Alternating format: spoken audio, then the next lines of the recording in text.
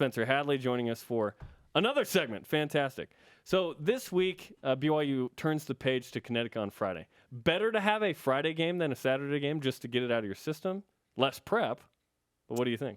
Well, maybe as a player, it's like, oh, let's get this over with. Yeah. Give me back in the game. Let me put the pads on and hit somebody else because that was ugly. But I mean, maybe as a coach, you'd probably want a Saturday game because you're like, that was embarrassing. I need a few more. Let me get another day to get that one out of the system. If BYU wins, and this doesn't pertain to Saturday, but if you win on a Saturday game and you have a Friday game, would you want it to be Saturday because you won? And you're not really itching to get back out there?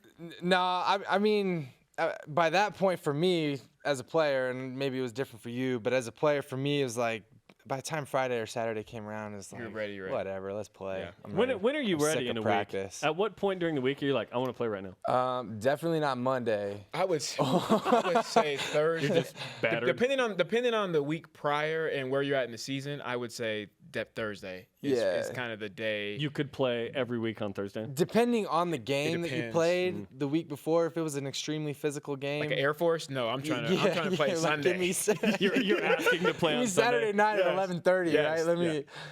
No, but it just depended on the week, I guess, and how you fared coming out of the game. If you were, significantly banged up, then you're like, could use another day. Towards the end of the season too, you kind of want that extra day. It helps, but mentally, I think you are a little bit more prepared. You're going in, and it just with Coach Mendenhall, man, it just sucks because it's like when teams start to taper down, he ramps it up. I'm like, bro, it's Thursday. So Coach, this week is tougher than the first 4 weeks. You're saying he ramps it up? Because UConn is not like anything for the week. The first 4 weeks. For the week, I feel like it's ramped up, which is weird. What do you mean? What's ramped up? Just the preparation, the practice. So which is weird. I feel like you come in Monday and you're a little bit sluggish because of the previous game. You work out, especially when you lose. Yeah, right. That makes it even worse. You work out some of the kinks Tuesdays and Wednesdays. Those are your tough install days. Thursday should be a little bit. Especially last week. It's a bloodbath. It's a grind. Yep. Yeah, those days are a grind. It is. And then Thursday is you just have your helmets on. You're just kind of recapping. It should be like I'm just scratching. I'm just following up on a few things. But no, it's like with Coach Minton. It's like we're going 60 now. We're going 100. We got a walkthrough, which is really a run through. You don't ever walk. No, never. Ever. Period. Mm-hmm.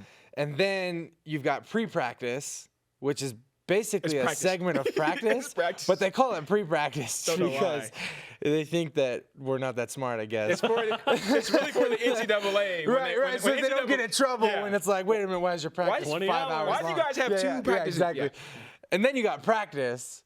And then, I mean, who knows? Oh, and then afterwards, we're talking about practice. It depends on what you do at practice. If you win practice or not. If you have another practice. I'm 100% confused on the practice schedule right now. Yeah. That's all. Okay, maybe it's just a lot of practice. And maybe the good news for BYU right now is, 2-2 out of September. You got 2 quality wins. Yes, the 4th one stunk, but you have 4 straight at home. What kind of difference is that going to make for this BYU team?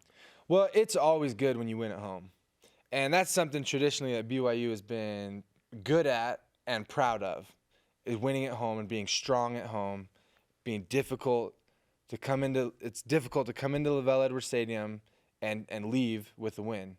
And if you do, you're bleeding from the nose. Florida State took some grass with them. Yeah, that's how much it meant to them. Yeah. It's difficult to come into LaVell Edwards Stadium and get a win. And so I think knowing that. And Coach Mendenhall is the type that we win at home. We protect ours. We win at home.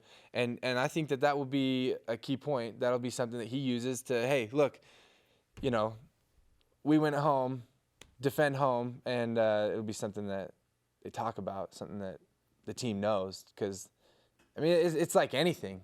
You protect your own. Let's protect this house. That's an interesting point, though. That's how you can turn the page. Right. That's because it's like, what now? Where do you go from here? What do you have to fight for now? Right. Exactly. What do you do? Well, it's like, hey, we got these 4 home games coming up, and he always does that. I mean, I don't know if fans know that during camp, Lavelle comes in, or we'll go and do special type of things like workshops or whatever in the stadium. Right. And he tries to show us the significance of winning. Like, hey, you don't lose here. You will be frowned upon if you lose here, and that's regardless of where you're at in the season. And there's a lot on the line still. I know BYU's lost 2, near 6, not a possibility, but there's still an opportunity to win 9, 10, 11 is kind of crazy. Talk to me a little bit, but 9 or 10 games, that would be a good season, and prepare Tanner Mangum for an even tougher schedule in 2016. But as always, great stuff. We appreciate the time. Your Raiders are what? Are they 2-1 right now? 2-1. 2-1. I think we got to get to break. Brian's like, let's get out of here, man. Go, man. We appreciate you coming on. 2-1. Thanks for sharing your opinion. Appreciate that. Thanks for having me.